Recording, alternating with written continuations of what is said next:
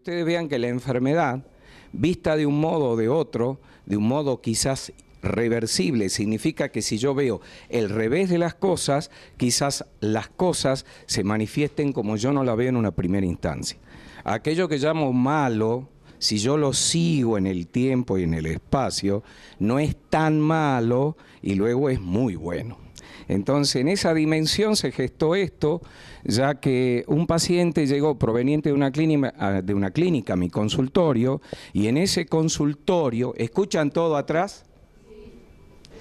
Y no, el micrófono es para grabar. Y en ese consultorio, ese paciente venía grave de una clínica con un dolor abdominal agudo, y una amiga de él y un amigo me dijeron: "Está Miguel, vamos, que te va a ver de otra forma". Bueno, no sé de qué forma puedo ver yo un ser humano, es de la misma forma. Me llevan el paciente al consultorio, y ese paciente, que resultó ser un periodista, que es el que generó toda esta movida, él lo único que hizo es ser atendido y escuchado, porque lo único que tenía, aparte del dolor abdominal, eran sus malos hábitos de vida. Una persona que vivía viajando de un punto a otro del mundo, que comía en los aeropuertos, comida chatarra, que dormía poco, ¿no? Y que la pipí, la popó la hacía cuando podía y como podía. Entonces, ¿qué tenía? Un cuadro de oclusión intestinal, constipado, y que ya estaba inflamando una víscera que es un vigilante del intestino, que se llama apéndice, que es un órgano linfoideo importante, es un timbre. Trin, duele, acá pasa algo. Él fue sometido a una hidroterapia colónica, a un régimen, a lo que llamamos limpieza hepática, que en algún momento lo desarrollaremos, que es como cambiar el aceite de un auto y el filtro. Luego de eso, en 2 meses, él se recupera, mejora su condición general, mejora su evacuación, mejora el olor de su piel. Él me empezó a hablar de cosas así, dice: "Miguel, esto lo tenemos que hacer, se tiene que conocer en todos lados", y bueno, estamos acá. Hubo una movida, y como ustedes ven, la enfermedad, como dice Deftelsen, es un camino de búsqueda, de encuentro y de autoconocimiento. Yo voy a empezar.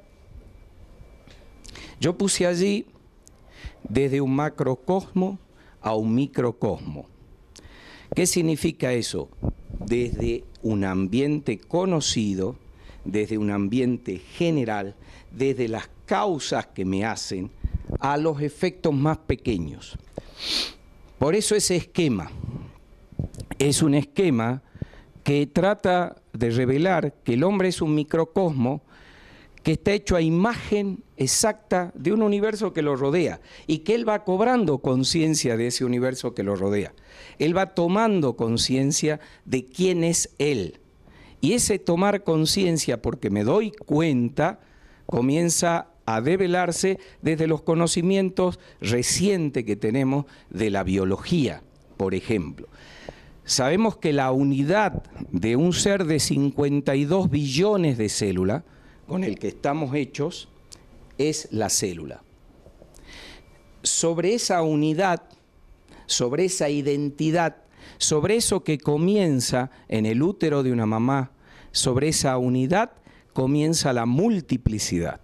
Esa multiplicidad comienza allí, donde hay paradigmas que cambiaron enormemente. Como ustedes ven, acá hay un esquema de cualquier libro de biología, que pueden encontrarlo en cualquier lugar, que es la célula, donde está el núcleo, las organelas citoplasmáticas, la membrana celular y todo un sistema interconectado que hace que ese ser viviente se expanda y se contraiga. Toda célula también late, porque se vio ese movimiento pulsátil en toda célula. Hay descubrimientos que hicieron, poné la próxima por favor, personas como Bruce Lipton, Rupert Sheldrake, sobre las células, y que cambian la idea que actualmente tenemos de lo que significa el ser humano viviente, porque cambia la idea que tenemos sobre la unidad que físicamente nos constituye, que se llama célula. ¿Qué vieron estos científicos? Existían paradigmas, y existen aún en algunos grupos científicos, paradigmas biológicos. ¿Qué significa eso? Como los 10 mandamientos biológicos. ¿Qué se decía? Se decía, luego de que identificaron a comienzos del siglo pasado las moléculas de ADN en el núcleo celular, que eran como pequeñas tirillas, hebras, que estaban en el núcleo de la célula, y que esas pequeñas hebras las enfrentaban en una bacteria A con respecto a otra B, cuando la cortaban a la mitad y esa bacteria A la unían con otra bacteria B, la bacteria B empezaba a presentar características de la A, de que el ADN, la información genética de nuestros padres, de nuestros antecesores, pasaba a través de una proteína que copiaba en el citoplasma, y de ahí se segregaban una serie de proteínas que nos hacían ser como nos ven, con las características parecidas a nuestros congéneres. Descubrimientos como de este hombre, Bruce Lipton, que él cita anteriormente a otros, que empezaron a observar cambios distintos en las células y venían investigando sobre todo las células madre. ¿Por qué las células madre? Porque son células embrionarias totipotenciales, que tienen la capacidad, desde que nacen, de transformarse en cualquier tipo de tejidos. Entonces, esas mismas células, que son muy curiosas, pueden generar hueso, pueden generar corazón, riñón, pulmón, hígado. Este hombre tomó un grupo de células madres en una cajita, y de ahí extrajo una y la llevó a una cajita donde había un tipo de ambiente con un pH y con una alimentación, y eso dio hueso. Tomó otra célula y la puso en otra pequeña cajita con otro pH, con otro alimento, y eso generó grasa. Entonces él dijo, a ver, tomo otra, porque no creía, se pellizcaba. Teóricamente, si trae el mismo código genético y es totipotencial, y si el código genético dice que tiene que fabricar esas proteínas, tiene que resultar siempre un mismo tejido. Pero si yo la voy poniendo en distintos lugares, a esa misma célula madre me va dando respuestas diferentes. No creyendo, puso otra en otro lugar, le dio hueso. Bueno, ahí ya no tenía que pellizcarse más. Dijo, hay algo que es obvio, que no es solamente lo que tiene la célula en sí, y que no es lo que solamente heredamos de nuestros padres, sino que el medio ambiente donde nos desarrollamos, donde se desarrolla esa célula, es la que genera los cambios más importantes en ese núcleo, en esa información, en ese ser vivo, que lo hace tener respuestas diferentes. Por lo tanto, nace un nuevo concepto entre los biólogos que viene a responder a algo que había frustrado un gran proyecto que se llamaba Genoma Humano. Porque el genoma humano, que tenía una esperanza enorme de descubrirse y saber cómo decodificar toda la información de quién soy, para poder sanar todas las enfermedades que se puedan, ya que ahí estaba la información de lo bueno, de lo malo, de lo lindo y de lo feo de mi ser. Entonces yo decía, decodificando esa fuente, y conociéndola, yo puedo saber cómo manipular esas proteínas, cómo cambiarlas, cómo hacer que el núcleo me dé otra información o dar respuesta a tantas patologías psíquicas, físicas, mentales, como el Alzheimer, etcétera, frente a esto, porque eran cambios celulares. Lo que descubren es lo siguiente, que le desarma la catedral gótica de Notre Dame a los biólogos.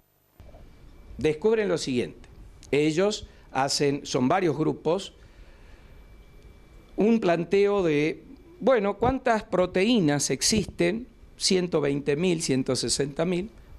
Debemos encontrar 120.000 o 160.000 genes, porque cada gen decodifica y genera una proteína.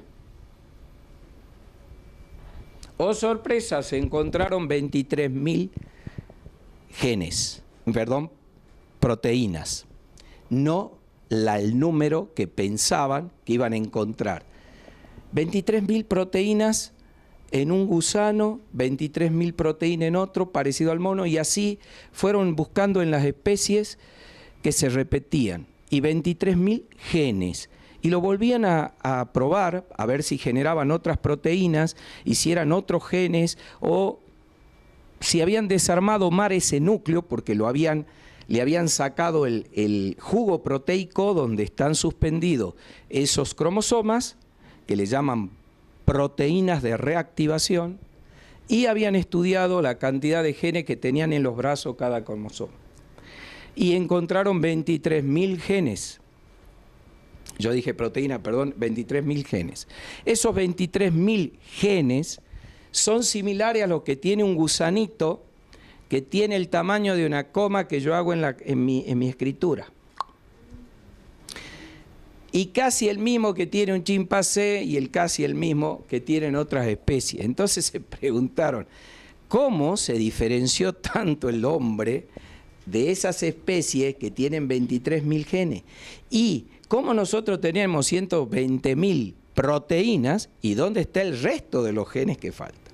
Eso derrumbó todo un paradigma, toda una idea de cómo venía formándose la información en el ser humano. Todo esto lo digo y usted va a decir, ¿qué tiene que ver con el conocimiento holístico del hombre? Porque si yo no conozco desde lo más pequeñito que hace a mi cuerpo y a mi ser, y cómo se fueron derrumbando estructuras y teorías que tenemos, yo no voy a poder entender cómo lo puedo abordar desde un campo más amplio. Holos significa todo. Y un abordaje holístico es un abordaje donde yo el todo lo veo en las partes y las partes los veo en el todo. Esos 23.000 genes que derrumban un concepto lineal de que si acá hay tanto, acá debe haber tanto y acá tanto, no lo hay, generó una apertura hacia otros estudios como los que yo le hablé del señor Bruce Lipton, donde el medio ambiente, el entorno nuestro, es el que genera los cambios más importantes en nuestra conducta. Otro paradigma importante, Bruce Lipton dice, ¿por qué creo que la humanidad se va a salvar?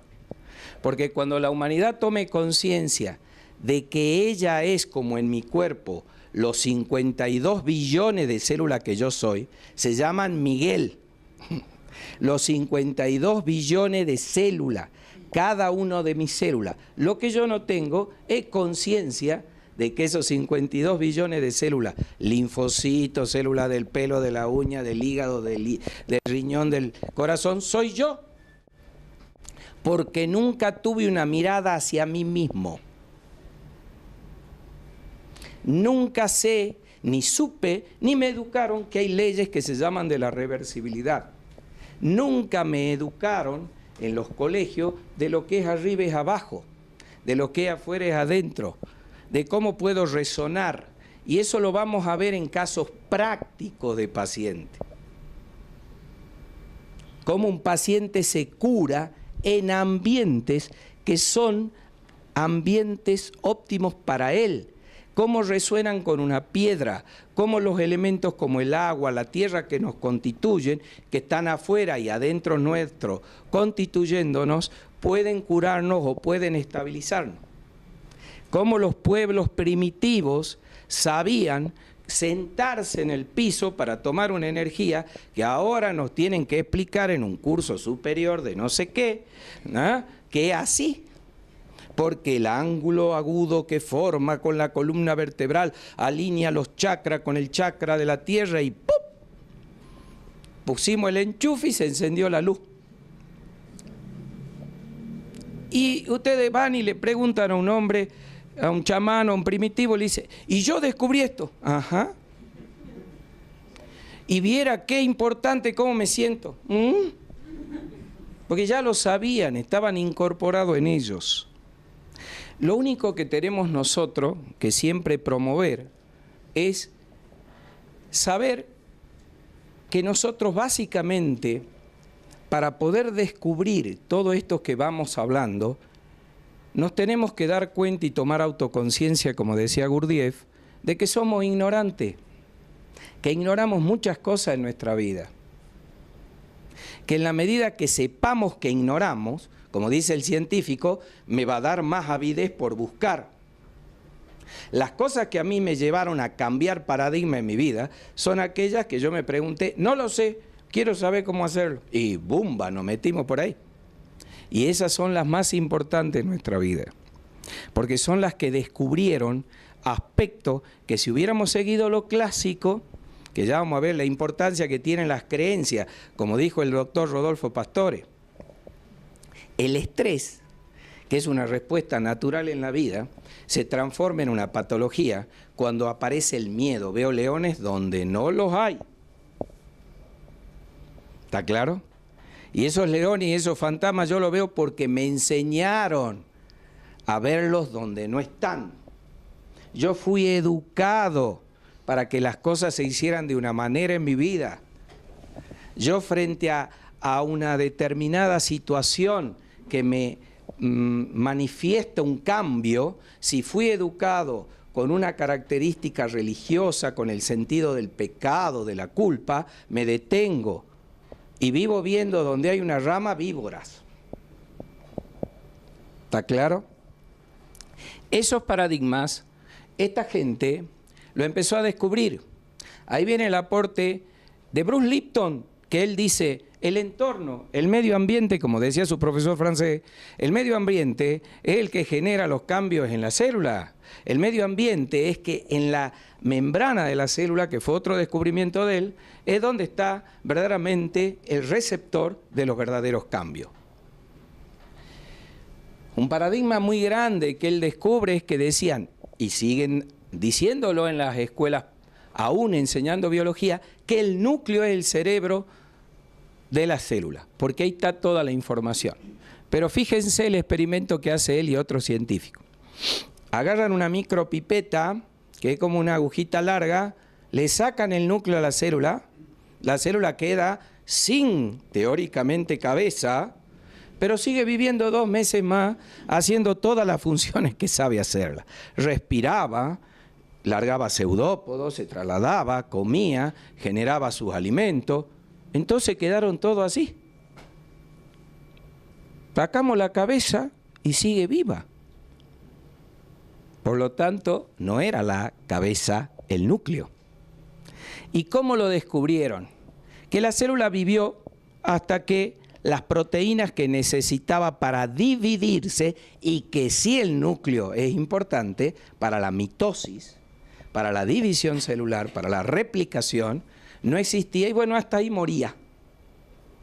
Vivía el tiempo que se le consumían esas proteínas y hasta ahí moría. Por lo tanto, oh gran descubrimiento, el núcleo habían sabido ser las gónadas y no el cerebro.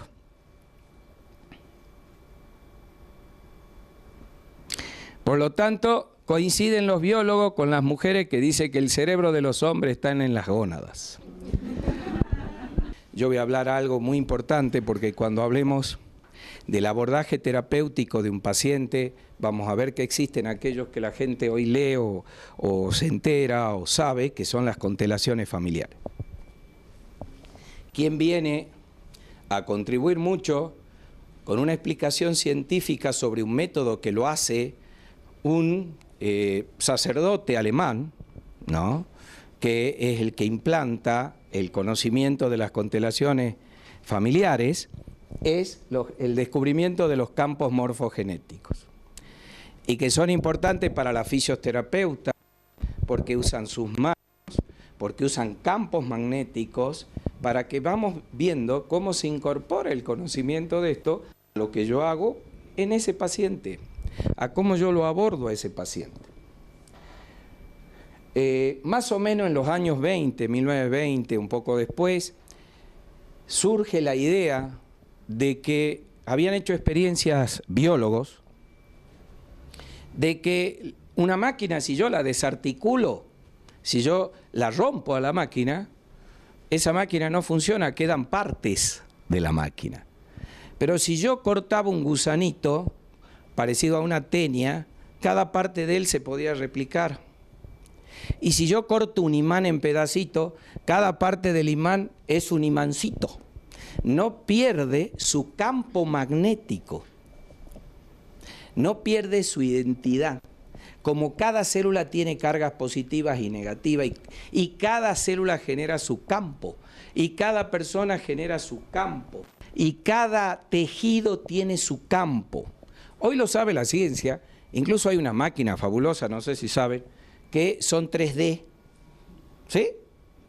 Que hoy le ponen en una pipeta tejido, células de tejido hepático, y la máquina 3D agarra, va a la nube 3D, algún lugar no visible, y crea un hígado, forma un auto, hay autos 3D, hay manos 3D, hay brazos 3D.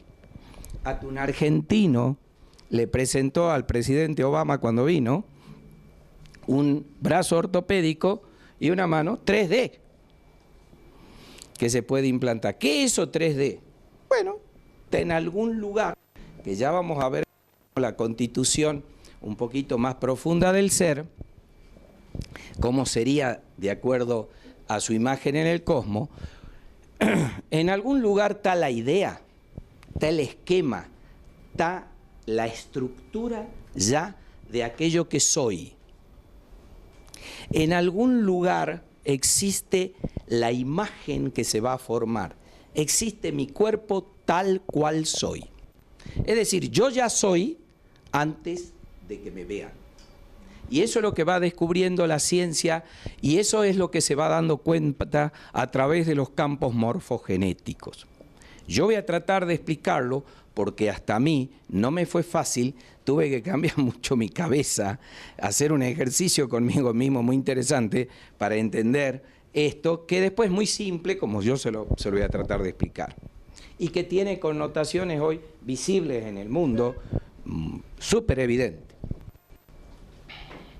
Esta gente que vio que los campos magnéticos que existen son campos de influencias en las formas, en la conducta de estructuras, y que siguen un patrón, preestablecido, no al azar, y que generalmente siguen un patrón para la misma especie.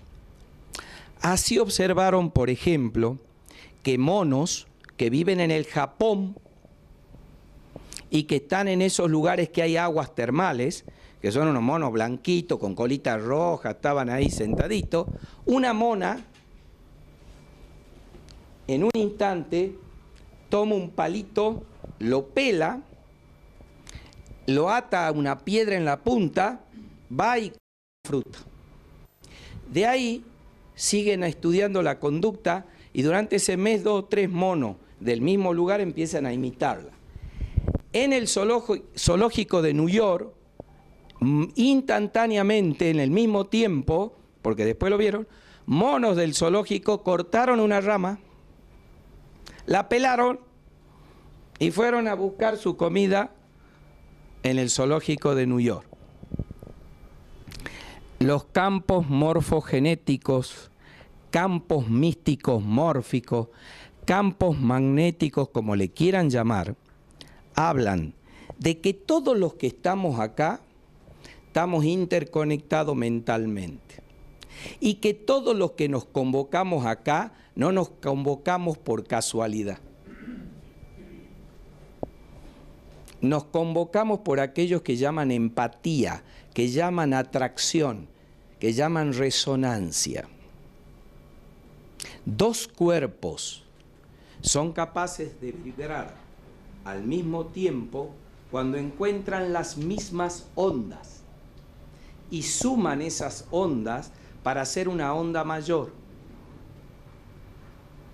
Si los seres humanos supiésemos que el verdadero poder está en la mente, en estos campos mórficos, como se hicieron experiencia en Londres, donde se pusieron a orar personas y a meditar para que no hubiera tantos robos. En esa semana bajó un 70% de los robos.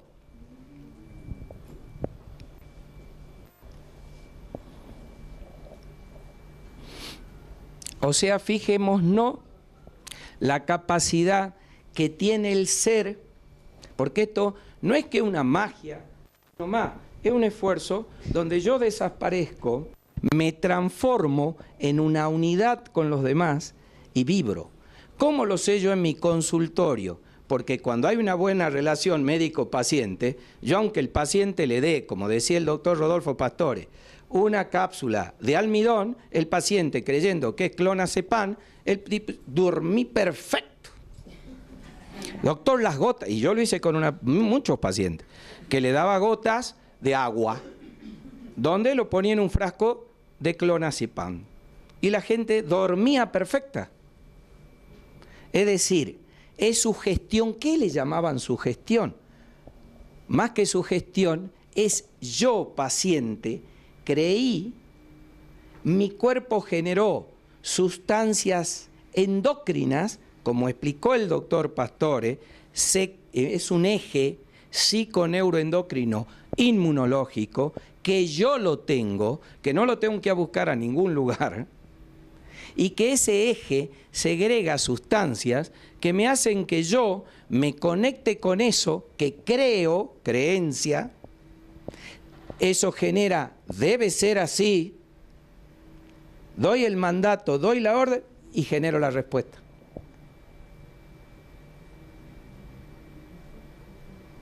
Entonces, esto no es superchería, no son suposiciones, porque está basada en experiencias.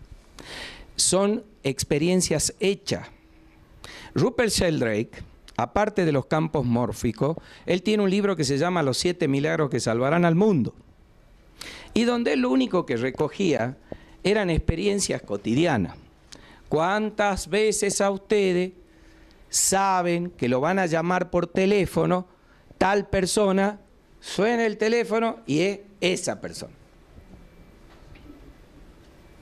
Eso es telepatía. No es adivinación. ¿Cuántas veces una madre, sin que nadie le dice nada, sabe que a su hijo le está pasando algo en el colegio, o donde está, o en la ruta, donde sea? Instantáneamente. Y él lo único que hizo como científico es ponerse a recolectar esas experiencias cotidianas para saber que los seres humanos nos podemos comunicar si quisiéramos y lo desarrollaríamos de otra forma, pero que nuestra cabeza hoy está muy preocupada u ocupada por otras cosas y miedos fundamentalmente y dudas que impiden que yo pueda tener una conexión de ese tipo. No es que no tengamos el aparato, nada más que no estamos conectados. Nos falta la conexión. Tenemos perfectamente el aparato. Y así puedo darle miles de ejemplos, incluso mucho más, y le debe haber pasado a las docentes, que dos escriban algo similar como si se hubieran copiado. Muchas veces han escrito la misma frase, tuvieron la misma idea, ni se habían visto o estaban en lugares lejanos. Los seres humanos estamos más unidos por lo que vemos solamente, sí, por campos magnéticos, por campos psíquicos, por una mente, y por eso esas coincidencias, por esos descubrimientos, por esos entornos que nos van haciendo comunes, generan respuestas que nos parecen extraordinarias. Vamos a seguir, porque podemos estar mucho más con los campos morfogenéticos. Quería que sepan, más o menos le quedó la idea, son campos de una mente común que pueden modificar conductas, formas. Bueno, yo puse un esquema de un hombre completo. El hombre tiene aproximadamente entre 500 y 600 músculos, entre 260 huesos, el adulto, más el bebé, porque todavía no se unieron. Vamos creando nuestra adaptación de esa retina y de esa visión a otro tipo de visión. ¿Ha visto cuando entrecerramos los ojos para ver mejor? O cuando nos ilumina la luz y vemos como puntitos brillantes. Bueno, vamos pudiendo ver o captar corpúsculos de energía de distintas formas. Y si nos educáramos y si nos entrenáramos, porque en la vida espiritual, como en la vida médica, no hay nada gratuito. Hay que sentarse a estudiar. Ustedes me obligan a estudiar permanentemente. Mi responsabilidad es cada vez estudiar más. ¿Por qué? Porque me vienen personas con distintas patologías y yo a veces observo casos desde niño hasta adulto que la medicina tradicional no le dio la respuesta. Vienen con, como decía Rodi, vienen con un alto así de estudio. Rodi habla del estrés, pero el estrés es una pequeña señal enorme en el concepto para la medicina actual, que dice, bueno, el 90% de la patología es por estrés, decía Rodolfo, y el estrés es una mala resiliencia a la vida cotidiana. Una mala resiliencia significa yo no me adapté adecuadamente a los cambios que me debería haber adaptado. Y eso me trajo una serie de patologías. No duermo bien, veo cosas, escucho, me asusto, tengo inestabilidad, no razono, mi memoria se pierde, etcétera, etcétera, etcétera. Porque no lo vea significa que no está. Ahí está. El chico levantando el mar y mirando lo que hay abajo.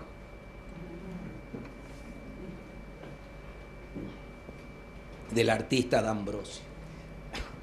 Sigamos. Pongamos la otra. Bueno, en realidad, la mirada cuántica, que ya nos empieza a sonar esa palabra, ¿por qué? Porque ya hay bastante conocimiento sobre lo mismo.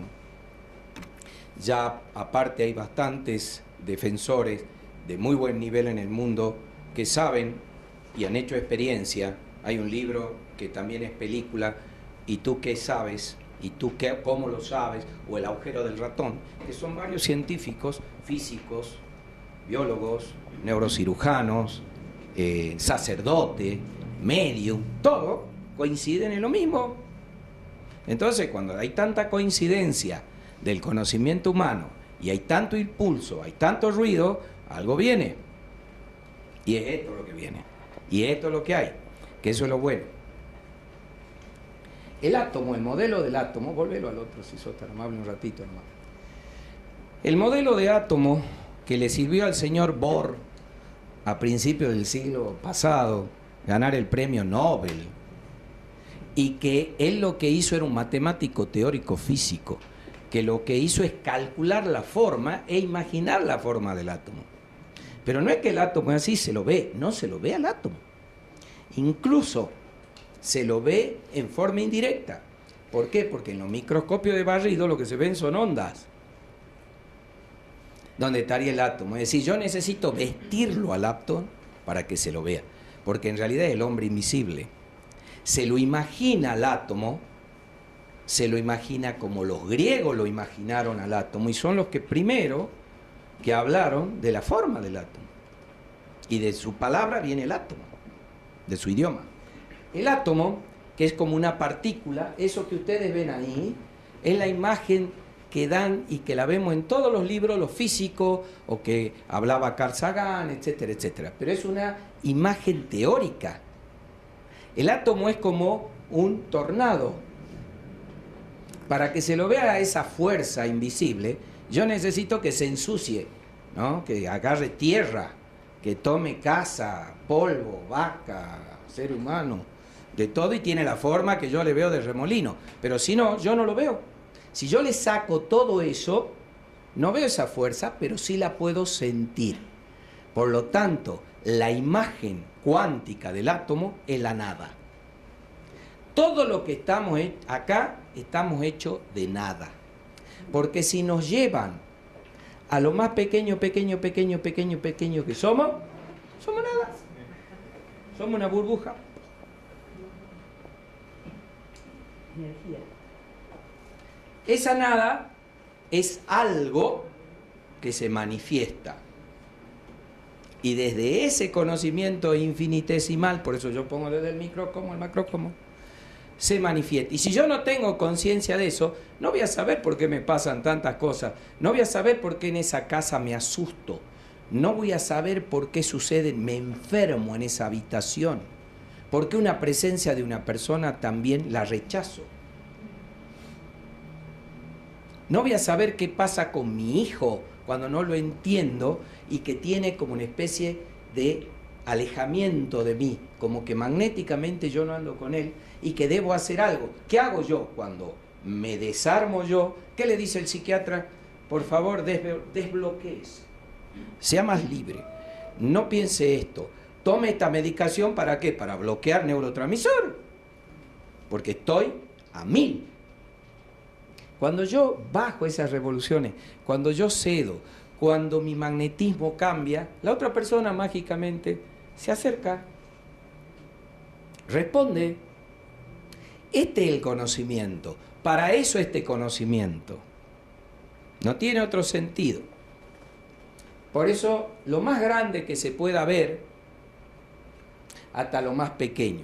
No hace mucho tiempo, al microscopio Hubble, que es el más grande que está puesto en el espacio, había un punto en el espacio que los astrónomos toda la vida dijeron que era un punto negro donde no veían nada con ningún telescopio de la Tierra, de los lugares más puros de los cielos de la Tierra y de los que había en el espacio. Decidieron ponerlo hacia allí a Hubble, que mirara ese punto de nada, de la nada del cosmos, y encontró miles de millones de galaxias. Es decir, el concepto que quede, nosotros estamos hechos de nada visible. Y desde esa nada, que fue como el Big Bang en el universo, porque cada átomo de eso se sigue repitiendo hasta el infinito, hasta hoy, y sigue su proceso. Desde esa dimensión que yo también soy, por eso cuando yo le hablo del hombre completo, que ahora voy a hacer una pequeña reseña, yo hablo del hombre que es el cosmos, el universo en miniatura. Yo no necesitaría viajar a ninguna galaxia si supiera viajar hacia mis miles de millones de galaxias que me constituyen. Pero para eso necesito un Hubble mío. Tendría que fabricar un gran microscopio mío, una gran autoobservación, un gran autoconocimiento mío, y les garantizo que eso generaría esto. Sigamos así, vamos más rápido porque veo que hay sueño. Nos vamos a despertar todos y cantamos una canción. Bueno, el hombre completo. Como decíamos recién, el hombre es como una pequeña miniatura de un universo enorme. Sigamos. El hombre completo, algunos lo dividen desde las escuelas más antiguas en espíritu, alma y cuerpo, donde el alma representaría la mente, que le llamamos en la jerga nuestra. Sigamos. Ternario en su constitución y septenario en sus formas. Eso lo vio la molécula. Yo no puedo negar que el fuego es triángulo, que son 3, y que cuando hay 3 convocamos un cuarto, o sea, cuando somos 1 convocamos 2, y cuando somos 2 hacemos un tercero. Eso se repite en el cosmos, se repite desde una nebulosa gigantesca, desde una piedra, desde el cristal de sal, desde los copos de nieve, etcétera, etcétera, etcétera. Septenario. ¿Por qué? Porque son números clave en la matemática del cosmos. Septenario porque cada uno de esos cuerpos, salvo este, que no se sabe ni qué es, por eso pongo desconocido, indivisible, ignorado. ¿Por qué? Porque nadie sabe qué es. Sabe que existe, sabe que es intuitivo, que es creativo, pero no sabe cómo definirlo.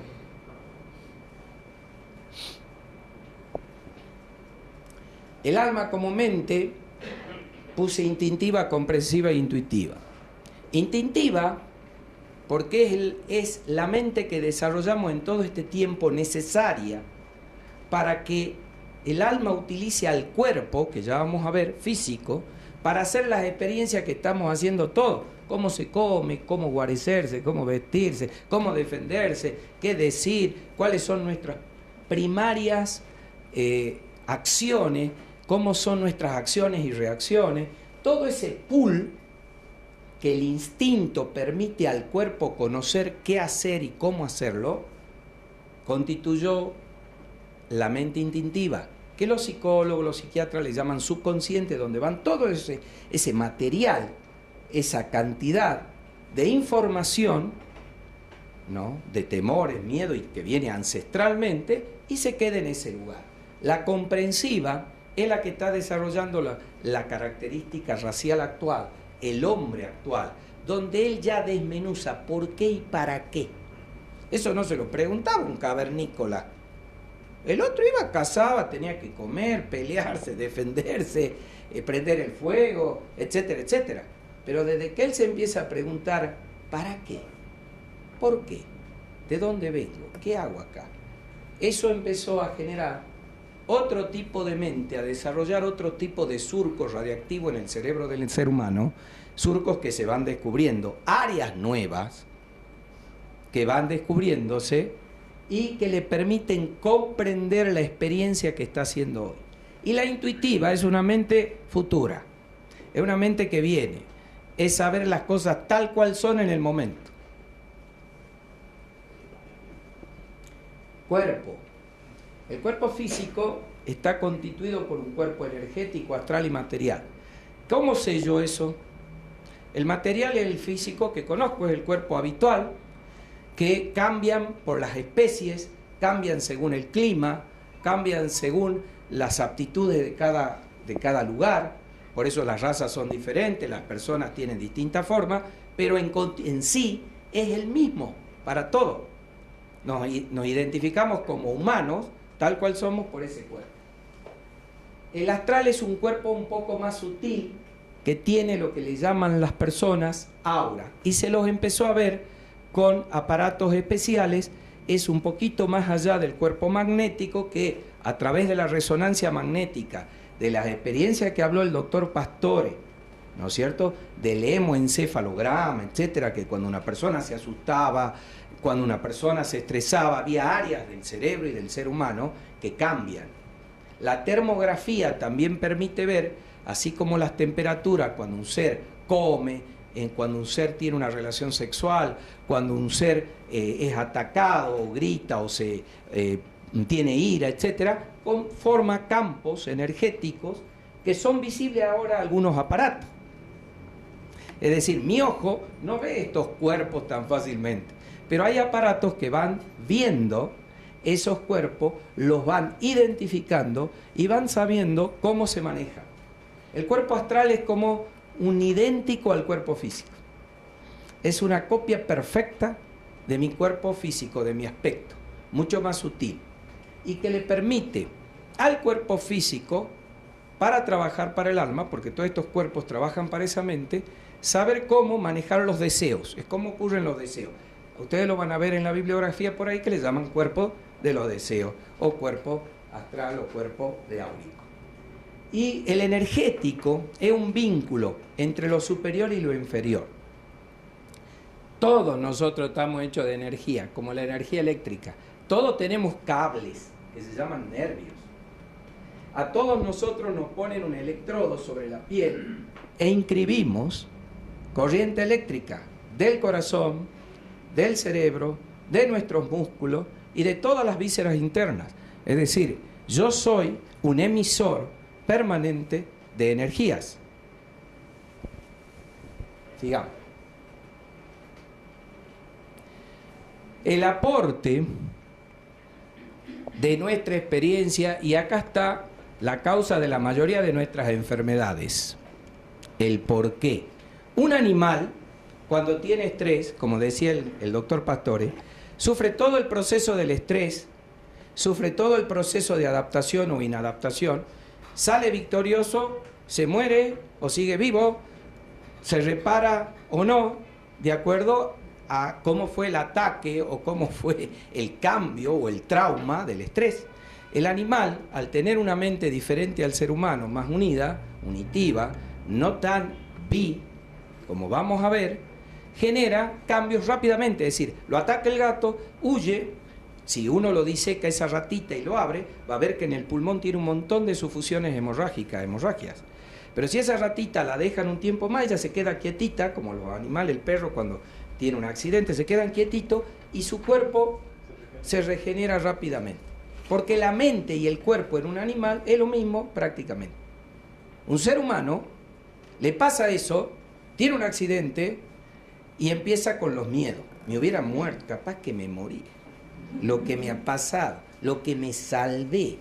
Voy a entrar a una sala de operaciones, me voy a morir, empiezo a sudar, empiezo a generar todo un reflejo en mi vida, me predispongo de una manera, y como decía el doctor Pastore, o me dejó la novia, ahora mi vida no tiene sentido. Me voy al mejor árbol del lugar a ver sus flores y sus ramas. El tema es que este aspecto del ser humano lo vivimos, esta experiencia humana la vivimos desde que en nuestra condición como seres, recién hablamos de los tipos de mente, nuestra estructura física en esta experiencia actual humana es de 2 hemisferios que tienen contenido, funciones, estructuras totalmente diferentes. Nuestra experiencia desde que venimos a este planeta es dual. Todo lo que nosotros vivimos es dual. Las mujeres que están acá se han puesto todas bonitas porque dualmente quieren ser atractivas. Entonces, y los hombres estamos acá porque dualmente vamos a buscar a las mujeres. Es una experiencia dual. Hasta que no encontramos la otra parte, no trascendemos. Es así. Hasta que no encontramos la otra parte de mi mente, no trasciendo una idea. Hasta que lo derecho y lo izquierdo, y puse yin y yang y los símbolos esotéricos más viejos, porque todos, desde lo más viejo, hablan de esa dualidad en nuestra experiencia terráquea. El esfuerzo que tiene que hacer un místico, por ejemplo, para unificarse, es unir su parte femenina con su parte masculina para que sea una unidad energética. Nosotros, todos los que estamos acá, sabemos que somos mitades y que si no encontramos la otra parte nos sentimos incompletos. Por eso los grandes místicos, los grandes maestros, enseñaban a desarrollar los 2 aspectos, el negativo y el positivo. Decían, para que usted sea un buen aspirante en un camino espiritual, tiene que empezar a barrer la cocina. Lavar los platos, 700 platos. Lavar los platos, saber cocinar, es decir, manejar un aspecto para poder luego ir a sentarse a meditar, lectura, desarrollo de la mente y todo. Porque estaba desarrollando un aspecto y el otro aspecto. Si no, no hay equilibrio. El hombre que es muy intelectual, si no tiene desarrollo de habilidades manuales, se desequilibra. Un avión no puede andar con una sola ala. Tiene que andar con las 2 alas, con 2 hélices. Tiene que planear, tiene que tener equilibrio. Si no hay equilibrio, el ser humano tiene enfermedades, tiene patologías. Por eso alguien dice, ¿y cuál es el mejor camino espiritual? El tuyo, el que vos lo encontré, pero el que te equilibre. No el que vos pensé o el que vos imité, el que te resuene a vos, el que vos encontrés, pero tiene que ser equilibrado. Porque si no es equilibrado, la persona tiene una visión parcial, la persona se encierra en una estructura. Cuando yo leí de educación holística, que sería hermoso, otra clase, otra charla, otro compartir, la educación holística es abrirle el coco a la persona de una estructura cerrada, llena de miedo, de creencias, de paradigma, de fantasma, para que ese ser se sienta con otra apertura y pueda expresar sus verdaderas habilidades. Puede expresarse tal cual es. ¿Quién es en esencia? Ahí yo le puse algunas características del hemisferio izquierdo y del hemisferio derecho. Y hay curiosidades. Por ejemplo, en la biodecodificación, que es otra clase que podemos hablar, o otra charla que podemos hablar, porque es muy extensa, en la biodecodificación es importante porque la mayoría de las fibras que nacen del haz piramidal en el cerebro, en la corteza cerebral, se entrecruzan en la parte media del cerebro. Y lo que es derecho izquierdo y lo que es izquierdo derecho, salvo el riñón, que lo que es derecho y de lo que es izquierdo es izquierdo. Y salvo el ojo, donde tiene fibras compartidas que el iridólogo lo tiene que saber ver. Pero esas dos características de yin y yang son las que prevalecen. Esas características donde en el hemisferio izquierdo está la lógica, el lenguaje, la lectura, todo lo que se aprende y se manifiesta en la mano derecha. Y en el lado derecho, que se manifiesta en la mano izquierda, está todo lo viejo. Una visión holística, una visión de conjunto, la música, el olfato, ahí está lo instintivo, ahí está lo creativo.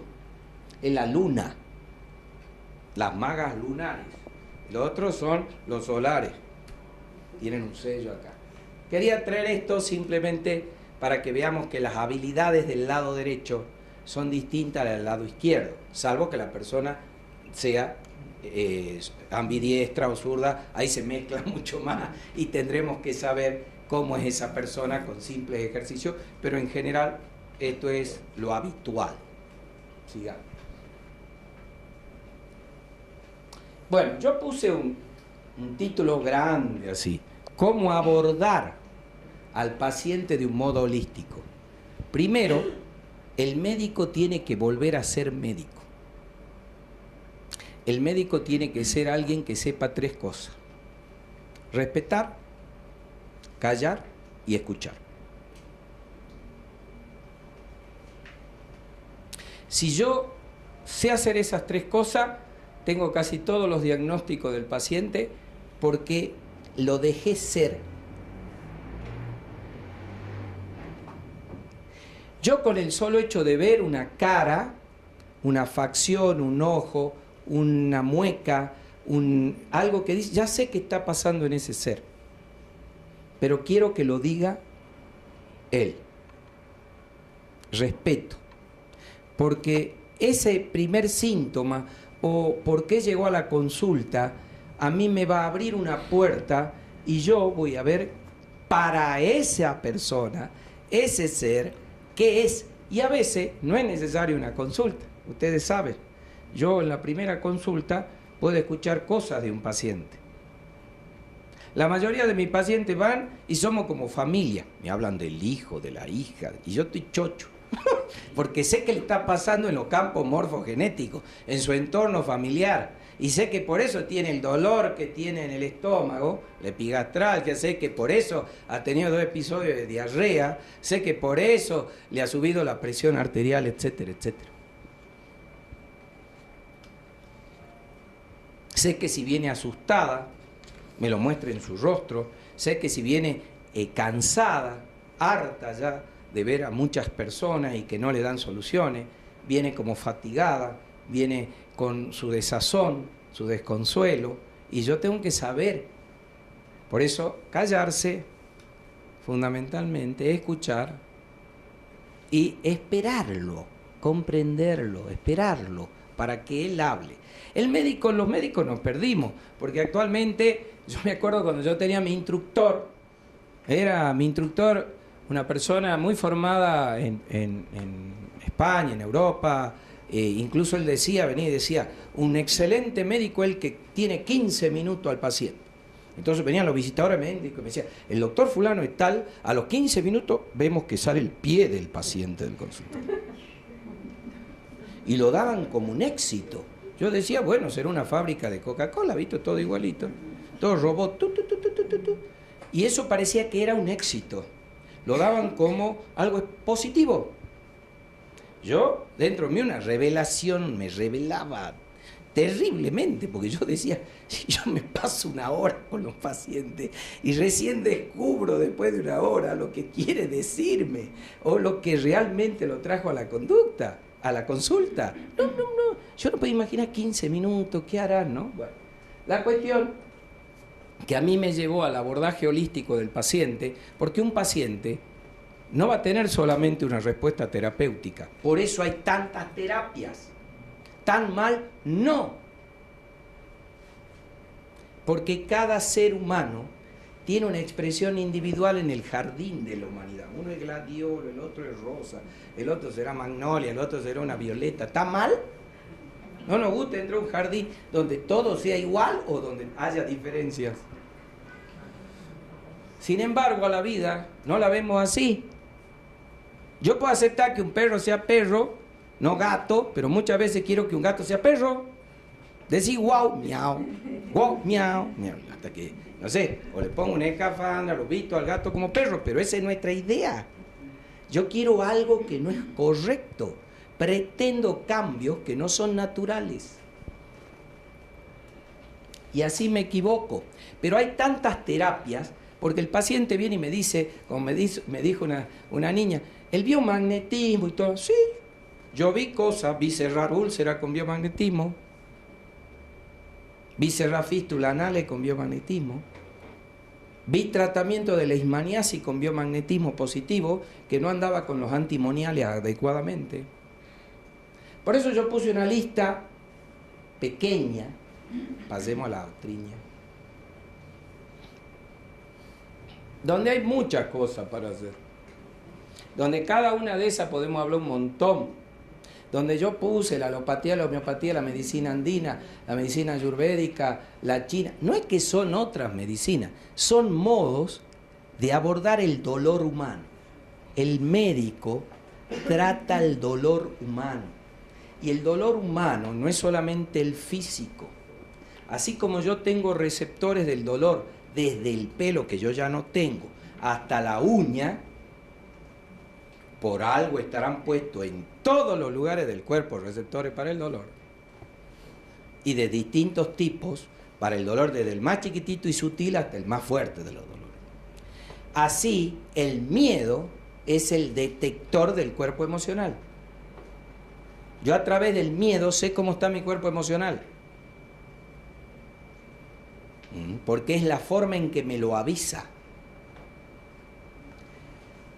Las constelaciones familiares, la neurobioemoción, la biodecodificación, que las personas hoy lo pueden leer, pueden hacerlo. Todas son exitosas para ese paciente. Yo no puse ahí la terapia neural que hacen en Buenos Aires, no puse otras terapias. Hay muchas otras terapias que se hacen, florales, y que cada paciente, de acuerdo a lo que el terapeuta holístico, que Dios quiera que todos seamos después terapeuta holístico, detectará de necesidad en ese paciente. Por eso yo tengo que individualizarlo, conocerlo y tratarlo. Ese paciente puede necesitar hoy flor junto con meditación o un psicofármaco con flor o viajar a un lugar donde haya agua termal y quedarse quieta ahí. ¿Está claro? No hay una fórmula. Porque hay gente que dice, a mí me vino al pelo tal cosa. Va, lo hace. A mí no me hizo nada. ¿Y está mal? Porque yo a cada ser le debo dar lo que cada ser necesita. Si no, me voy a equivocar enormemente. Por eso cuando viene un paciente y dice, uy, a mí lo que le hiciste a mi hermana, quiero que me lo haga a mí. Bueno, ¿cómo no? ¿Qué es lo que le hice a tu hermana? Tal cosa. Pum.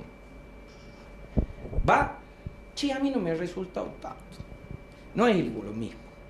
Y porque vos sos diferente, tenés una psique diferente, una vivencia diferente, vivís en un entorno diferente, comés diferente, etcétera, etcétera, etcétera. Soy diferente, necesito otra cosa. Así de fácil. Ahora, nuestra ciencia, lo que yo aprendí es la estandarización, donde algunos andan bien y muchos no. A veces hay pacientes pobres. El otro día me tocó un caso de un paciente que le habían dado una terapéutica donde cada comprimido de adentro de esa cajita costaba 110 pesos. Imagina la cajita cuánto costaba. Y tenía que hacerlo durante 6 meses. Entonces ese paciente a veces por vergüenza no compra el medicamento. Se va y no vuelve al médico por vergüenza. Nosotros los médicos no solamente hacemos iatrogenia, a veces dándole al paciente aquello que le puede hacer mal a su salud, sino también dándole al paciente aquello que no puede comprar, aquello que no va a seguir su tratamiento, aquello que no va a continuar, aquello que no es lo correcto para ese paciente. A mí me obligaron los pacientes y mi propio cuerpo, que no toleraba antibióticos, a estudiar hierbas. Y aprendí hierbas. Por eso yo le agradezco a mis pacientes permanentemente, porque ellos me dan pautas de que yo estudie, que yo vea los resultados para aplicar en aquellas personas que quieren otra respuesta. A mí me llegan pacientes y dicen, doctor, yo soy vegano. No, digo, vos no sos vegano, sos un ser humano. Que haya adoptado una dieta vegana es otra cosa. Es decir, primero ponerlo en su estado de conciencia. Porque si se cree una cosa que come, bueno, ya no es ni un ser humano, es una babosa, una mera, paramecia. Bueno, claro, yo soy diabético. No, usted no es diabético. Usted padece una enfermedad que por esta y esta razón ha comenzado en usted tiene resistencia y tiene repugnancia a muchas cosas y generó diabetes. ¿Está claro? Vamos a ir a hablar, nos tenemos que valorar a nosotros mismos. ¿Quiénes somos? ¿Quién en verdad soy? Cuando yo sepa quién en verdad soy, soy una potencialidad tal que la limitación que pongo de llamarme y ponerme rótulos va a quedar superada. Porque yo tengo que crear el hábito en mí de saber quién soy, qué soy. Si yo no sé, me voy a equivocar enormemente de creer otra cosa que no soy. Me voy a poner rótulos de enfermedad y cuando yo ya me pongo rótulos, ya me enfermé. Más que antes. Y ahí viene una experiencia de un señor que es un médico naturista en Japón, que se llama Masaru Emoto, que lo deben haber visto, que es la experiencia de él con el agua, con las moléculas de agua. Ustedes todos saben que él tomó 56 gotitas de agua, tin, tin, tin, como buen japonés, tin, tin. Las puso en un microscopio de fondo oscuro, los llevó a 4 grados centígrados, a menos 4 grados centígrados, las congeló y se vieron unas preciosas moléculas como las que son las de los copos de nieve, que tienen forma. Ningún copo es igual a otro. Son miles de millones y ninguno es igual a otro. Por eso la madre naturaleza es extraordinaria en música. Y él después hizo experiencias con esa agua, poniéndola junto a la música de Beethoven, junto a heavy metal, a músicas estridentes, etc. Y las veía en el microscopio después a las moléculas. Cuando escuchaban una música de Beethoven, escuchaban, la molécula de agua tenía una forma armónica y muy bonita. Cuando escuchaba heavy metal era una forma muy loca. Él recolectó aguas de distintos lugares del mundo, del riachuelo, de un manantial, de una cascada, y en cada uno de esos lugares vio que el agua tenía una forma totalmente distinta. Por eso ahora la ciencia habla de la memoria del agua. Y yo les contaba a algunos pacientes míos que los pueblos antiguos, sobre todo los Sioux y en algunos lugares de México saben poner las manos en los ríos que pasan por las ciudades para saber qué piensa la gente del lugar.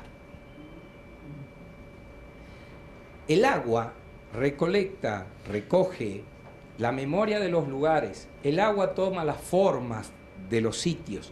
El agua tiene memoria. El fuego tiene memoria. La tierra tiene memoria. El aire trae la memoria. Todo eso lo sabían los médicos que hacían Yurveda. Por eso hablaban de las tres energías, ¿no?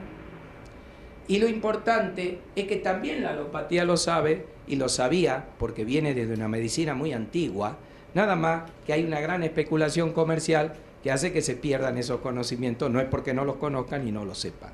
La homeopatía, mucho más antigua que la alopatía, tenía conocimientos y bases fundamentalmente druídicas y celtas que hacían que ellos sepan lo infinitesimal, esto que hablamos del agua.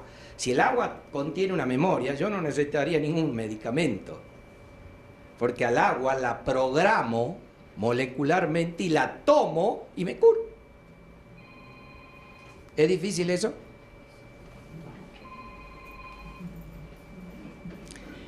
Por eso, mucha gente dice, voy a Lourdes a buscar el agua bendita de Lourdes. Y debe ser, porque si pasan tanto ahí, que dice que creen y que el milagro, la deben magnetizar de una forma. Yo tomé el agua de la cascada tal que provocó tal, y debe ser, porque el agua de la cascada trae una memoria más pura que un agua de un riachuelo o de una ciudad.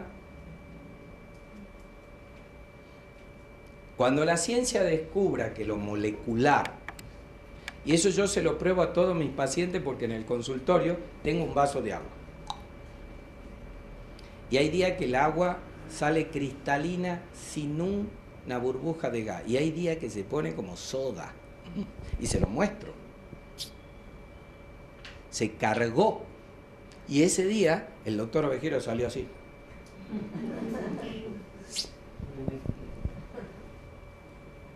Ese día uno se tiene que energizar. Y este señor Emoto hizo cosas tan locas como poner en un frasquito, te amo, sos lo más lindo del mundo, a un frasco y con agua. Sacó la gotita, las 56 gotitas, y vio que eran hermosas las formas. Y cuando le ponían, te odio, sos lo peor del mundo, te voy a matar, ¿tá? Las moléculas de ese frasco, con esas palabras puestas, salían deformes, horribles. Se imaginan, todos los que estamos acá tenemos adultos, 60% o 70% el hombre, 65 o 60% la mujer, por ciento de agua, contenida en nuestros espacios. Toda esa característica nuestra vibra, toda esa característica nuestra es programable. ¿No nos gustan a nuestro oído que nos digan te amo, te quiero, sinceramente? Y si a eso que nos gusta que nos dicen o que nos digan, la llevamos con una conciencia especial a los 52 billones de células que somos, generaríamos una respuesta orgánica totalmente diferente. Pienso, le agradezco a Darío, le agradezco a mi paciente que andaba por ahí, no sé dónde anda ahora, el haber convocado todo esto, porque esta apertura que se genera en la ciudad de Salta y que no es esto de ahora, porque acá hay mucha gente que viene trabajando consigo misma en distintas corrientes y en distintas inquietudes, vamos a tener que ir uniéndonos cada vez más para generar un cambio en la mente salteña. Porque el cambio en la mente salteña se genera cuando empiezan estas cosas. Cuando yo me empiezo a preguntar los por qué y para qué, y cuando yo empiezo a trabajar conmigo mismo, porque si alguien dice, ¿y a dónde tengo que buscar la respuesta de todo esto? En vos, querido. No vaya tan lejos, porque no está en ningún lugar tan lejano. En tu ser, nada más que con una óptica y una inquietud diferente. Si quieren que paremos, vamos parando, porque veo que hay gente cansadita. Bueno, esto lo mostré.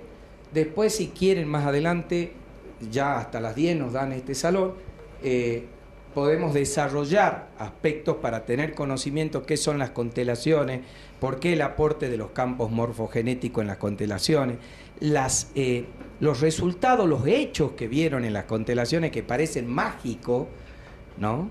Parecen mágicos, pero es en base a lo que se está descubriendo. Curas a distancia, curas de personas que se unieron. Yo quiero por mi amiga que tiene cáncer, constelar. ¿Y qué es constelar? Agarrar un grupo de personas, ponerla en un lugar y decir, este se va a llamar cáncer, este es mi mamá, este es mi papá, todo lo que yo quiera poner en ese círculo los pongo. Y ahí se genera esto que dice el señor Rupert Sheldrake. Ahí se genera un campo mórfico, es decir, una estructura molecular, en una mente colectiva, en una mente común, que intenta, cuando podemos curar y tratar a ese ser, a la distancia se veía la mejoría de esa otra paciente. No se necesita la presencia, si quisiéramos. Así que miren todo lo que podemos llegar a hacer potencialmente. Ustedes, si quieren, dejamos acá y hagan preguntas sobre este tema, y si no, yo abordo lo que el cerebro doy y la hidroterapia colónica. ¿Qué quisieran hacer? ¿Seguimos? Sí. Avanti, Bersaglieri. Bueno, esto lo vamos a tratar rápido. La idea, no muy vieja, del segundo cerebro, que actualmente es todo un tema de los gastroenterólogos, por eso han surgido subespecialidades dentro de la gastroenterología, como la gastropsiquiatría. ¿Por qué? Porque vieron y estudiaron neurofisiólogos y gastroenterólogos que en un nervio, poné por favor la otra, Marcelito.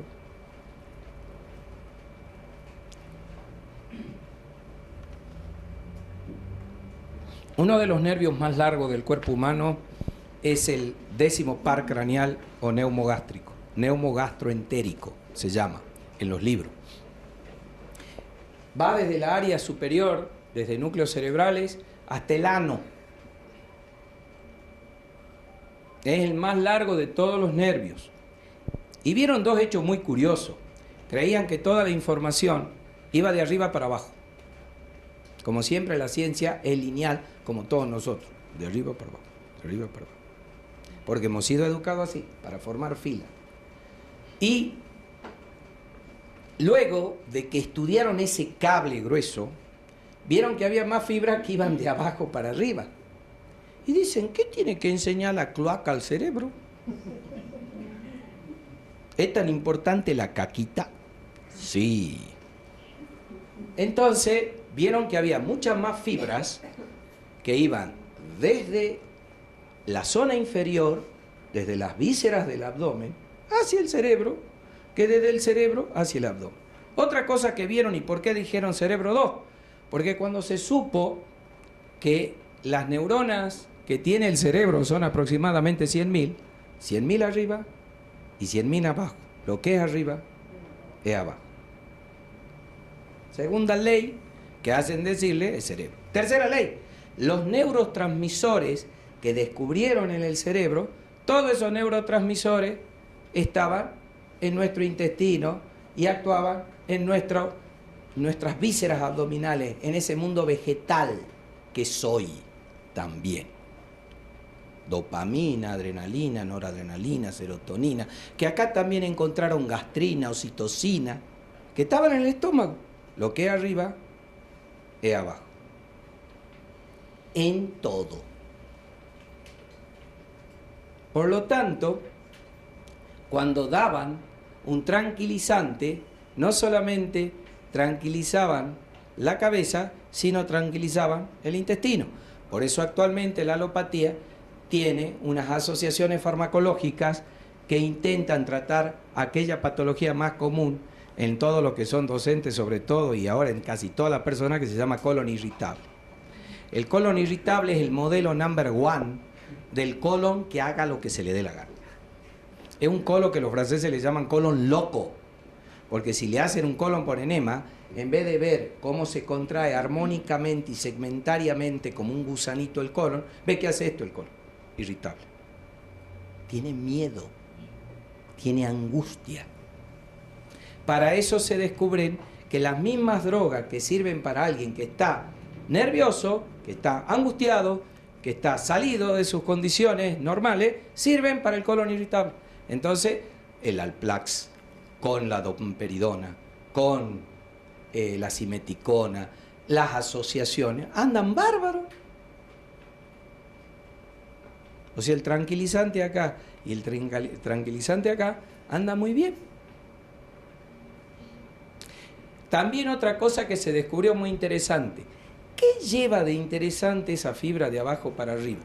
El 80% de la serotonina formada por mis bacterias y por las células enterocromafín del intestino son las hormonas del humor. ¿Cuántas personas acá están que si no hacen popó, cómo es el humor? ¿Qué cara tengo cuando no voy al baño? ¿Cómo estoy ese día? Entonces, sí, el humor del ser cambia muchísimo con la digestión. La persona que comió y fue de vientre tiene un rostro.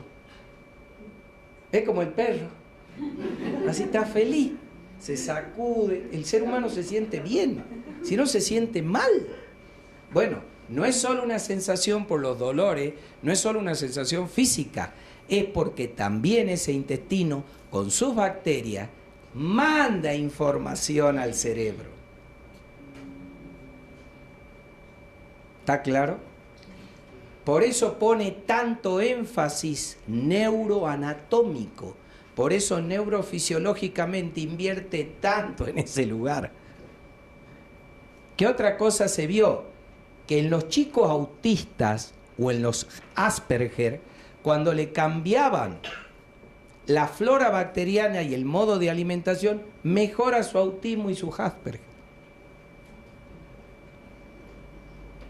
Que a muchachos violentos de la calle que los llevan a lugares de rehabilitación, cuando le cambiaban la comida chatarra por comida con más vegetales, más agua, cambiaba su carácter y su violencia.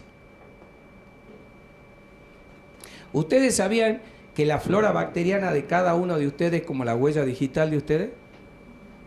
No hay una flora bacteriana igual a la de otra persona. Es única. Mis bacterias y mi caquita es mía. Se llama Miguelito. Chao. Y eso sirve hoy, y lo están proponiendo en criminalística, para identificar a una persona. ¿Ustedes sabían que se está haciendo trasplante de materia fecal? Ya hay trasplante de caquita. O sea, ¿qué te pasó? ¿A dónde fuiste? A trasplante de popó. Dame tu popó y seré feliz. El tema de esto es así. El tema es que cuando se va perdiendo flora bacteriana, lo nuestro es desastroso, porque nosotros cuando nos enteramos, cuando yo le decía a la locutora de la radio FM, de Aries, le decía que había venido la chica esta Cerruti, de Mal Comido, del libro este Mal Comido, cuando uno empieza a descubrir lo que come, que está lleno de antibióticos y todo, mata la bacteria. Todos nosotros tenemos una pésima flora bacteriana debido a nuestros hábitos. Dejamos de comer comida orgánica, dejamos de comer probióticos, que es lo que alimenta a la bacteria, que son bacterias, dejamos de comer prebióticos. Nuestra vida es una comida chatarra, entonces ¿cómo no voy a estar mal de la pancita? ¿Cómo no me van a trasplantar caquita si perdí mi flora? Y cuando se vio, se reía porque el otro día me dice una doctora, una neumonóloga, me dice, ¿vos hablas lo mismo que han hablado en el último congreso de neumonología? ¿Qué han hablado en el último congreso de inmunología, trasplante de caca, esa locura. Y le digo, la caca es mía, ¿no? Pedí vos tu caca. El tema es que ella se entera en un congreso, a mí me pareció interesante, novedoso, de que sabían que la mayor parte de inmunoglobulina A, lo que no saben, la inmunoglobulina A es una de las primeras barreras de defensa, ¿no?, de las mucosas. Cuando falta inmunoglobulina A, yo me resfrío más fácil. Yo tengo rinitis más fácil, tengo sinusitis, tengo reacciones en mi piel que le llamamos alergias. Cuando yo estoy intoxicado, cuando mis bacterias del intestino se mueren, mi piel me lo avisa de muchas formas. Porque es por donde yo puedo eliminar ácidos. Yo en el colon formo cadaverina, putrescina, son sustancias que se ven en el cadáver. ¿Ustedes no han estado cerca de una persona que huele mal y que huele a cadáver y su aliento es cadavérico? Es porque por algún lugar esos ácidos volátiles se tienen que eliminar, o por la respiración, o por la piel, o por el riñón. Ustedes no saben que el 80% de las enfermedades, de las infecciones urinarias son por una bacteria del colon, se llama Escherichia coli. Y generalmente averigüen y esa persona es constipada. Bueno, ya habló mucho de eso. Y como ven, está lleno de cables. Todos los signos de pregunta. Todo. Y como ven, casi tiene el cerebro, a través de su médula, de la columna, etcétera, tiene mucha incidencia sobre el colon. El colon es bastante interesante porque, le hago un resumen, cuando uno se transforma luego de ser un grupo de células en un embrión, el embrión toma la forma de un tubito, es decir, esas células se alinean como si fuera un tubo, se acodan en las puntitas y a partir de ese tubo van saliendo brotecitos que van a ser bracito, piecito, ojito, cerebro, etcétera. Y ese tubo inicial que tiene toda la memoria de todo el cuerpo se llama colon. Por lo tanto, cuando yo tengo ira, cuando yo tengo celo, cuando yo no miro lo que debo ver, cuando un montón de cosas van a mi colon. Y el colon tiene como en la vejiga dos esfínteres. Uno que dice, podés hacer lo que quieras si está lleno, podés ir y zurrarte. Y el otro que le dice, acá no, todavía no. Espera un momento, no es lugar adecuado. Entonces las personas andan así. No te entiendo. Cuando viajan no se constipan. ¿Cuánto tiempo pasa hasta que hago popó? No es el baño que tengo que ir, no es el mismo olor, nada. 3, 4 días de constipación. Llegan al doctor ovejero, tengo distensión, no tolero nada, me duele todo. ¿Hace cuánto que no hace popó? Eso es para que vean, algunas culturas no tienen problema. Hay países vecinos que las chicas están sentadas meditando así, se levantan, hacen así, queda la piedrita con regalo y se van. No tienen problema esfinteriano. Cuanto más natural es un ser, sus reflejos son más simples. Nosotros vivimos en una sociedad de constipados porque mentalmente somos constipados. Para que vean que las enfermedades de la mente, de mi crianza, de cómo me educaron, de mi pulcritud, de mi perfección, de toda esa personalidad que me hace que mi intestino sea igual. Para algunas mujeres hacer caca, ¡ay, qué asco! ¿Por qué se hace caca? No debería existir. No sé, no coma. Chao. El producto es simple, lo que come se va. Claro. El tema de esto es que el intestino, un intestino sano habla de una persona sana física y mentalmente. Ustedes van a ver que una persona que necesita hablar mucho y es muy habladora, caga poco. Perdón la palabra. Por eso mi nono decía, mangia bene, caga fuerte y no le toma la muerte. Eso es tan importante saber, soltar, soltarse, evacuar, porque si no uno lo hace a través de la boca. Eso está muy estudiado. Todo lo que le estoy diciendo yo está muy estudiado. Entonces yo a veces necesito decir mucho de lo que no digo o de lo que no evacúo. ¿Está claro? Bueno, sigamos. Yo tengo una hija que debe estar muy constipada. Eso. Bueno, vamos a darle algún tipo de laxante. Bueno, Oane, que es un centro de hidroterapia colónica, y la gente pregunta qué es Oane. Oane es lo hago chiquitito, es un dios persa que dice la leyenda que salía del lago Persa luego del gran diluvio universal, o sea, del Atlántida y de todos los conocimientos que se puedan o no tener, donde quedaron pueblos en un estado bárbaro, en un estado de barbarie, primitivísimos, divididos, sin conocimiento, sin lenguaje, sin saber qué hacer, se peleaban entre ellos y competían. Este ser salía del lago Persa con una toca, que si lo ven, a posteriori la tablilla que se encontró de arcilla, tiene una toca de pescado, mitad hombre y mitad pez, salía del lago Persa y porta en una mano un papiro, que es el conocimiento y la lectoescritura, y en otra mano un jarrón de agua, donde es la mente que se le tenía que abrir al hombre. Ese tocado pasó al faraón como la mitra faraónica, al papa, que imitó al faraón como la mitra papal, que es signo del conocimiento supremo. Desde ahí es que yo puse algunos de los aspectos de por qué se hace hidroterapia colónica, qué es lo que es la limpieza del colon. El método en sí es un enema, nada más que hecha por una máquina.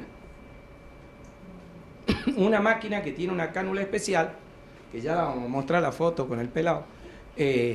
Una máquina que tiene una cánula, tiene una tubuladura, entra agua y sale permanentemente 1 litro por minuto.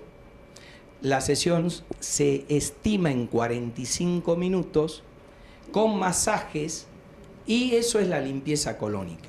Y como está precedida de una dieta pre y post, se produce una verdadera limpieza colónica, cambio de flora bacteriana, y es como yo le digo a los pacientes, es como cuando usted va al odontólogo, usted se puede limpiar los dientes todos los días con un cepillito, pero no es lo mismo visitar a un odontólogo, que le saca aquellas placas que son totalmente diferentes, ¿no es cierto?, con respecto a una limpieza de las placas dentales.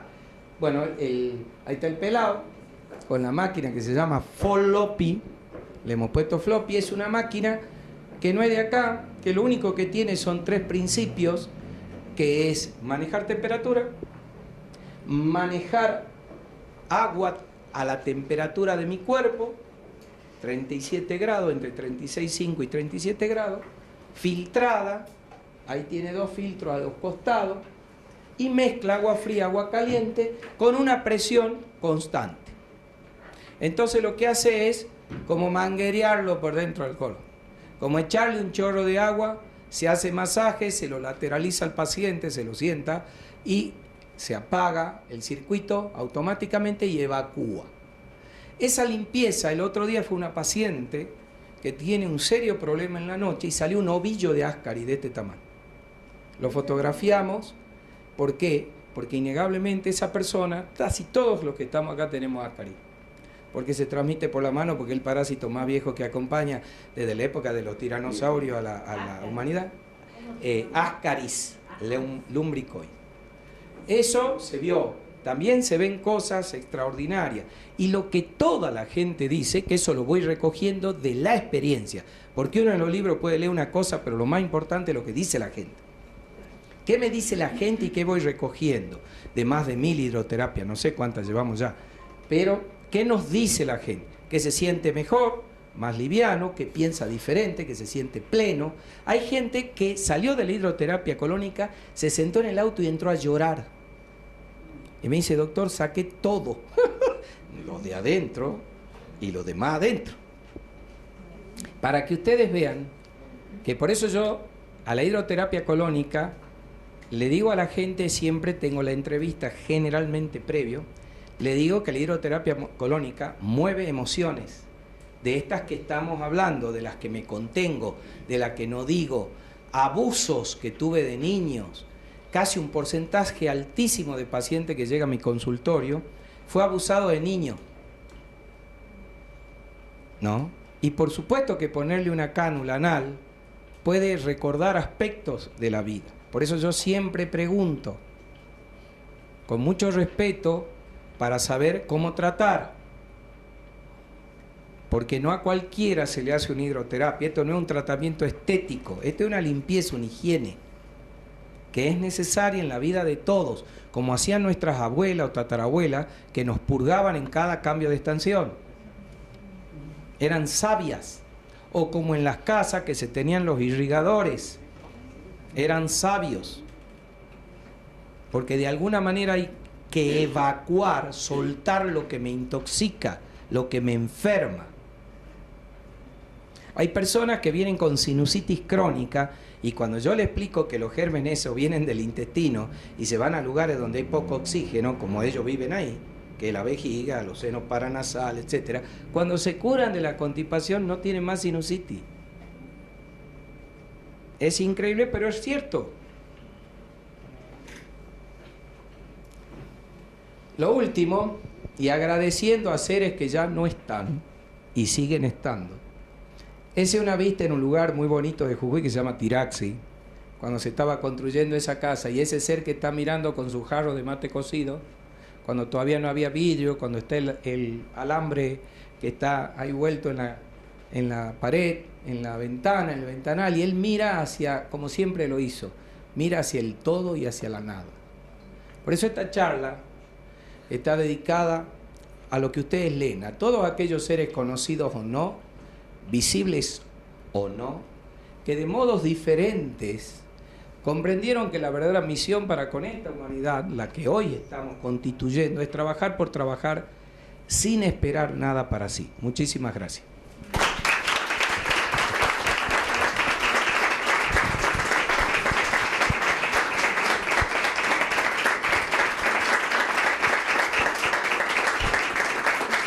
Muchas gracias al doctor Ovejero.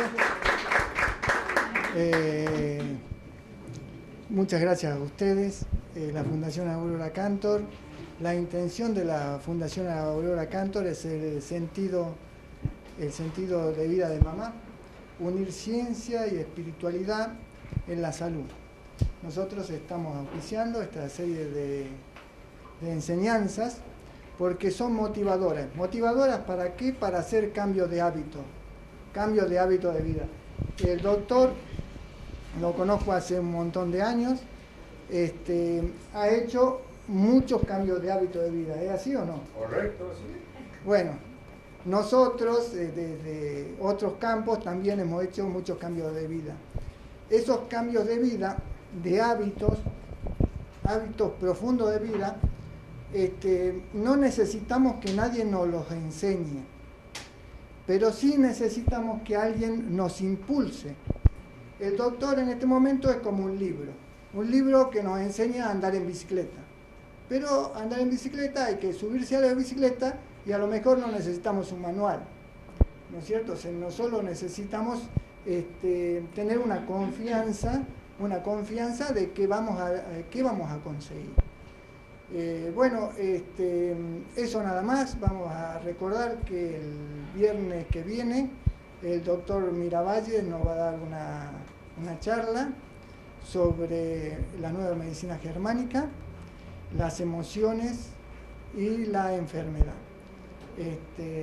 Hay mucho más para decir, es muy poco el tiempo. Nuevamente muchas gracias. Brillante la exposición del doctor, brillante.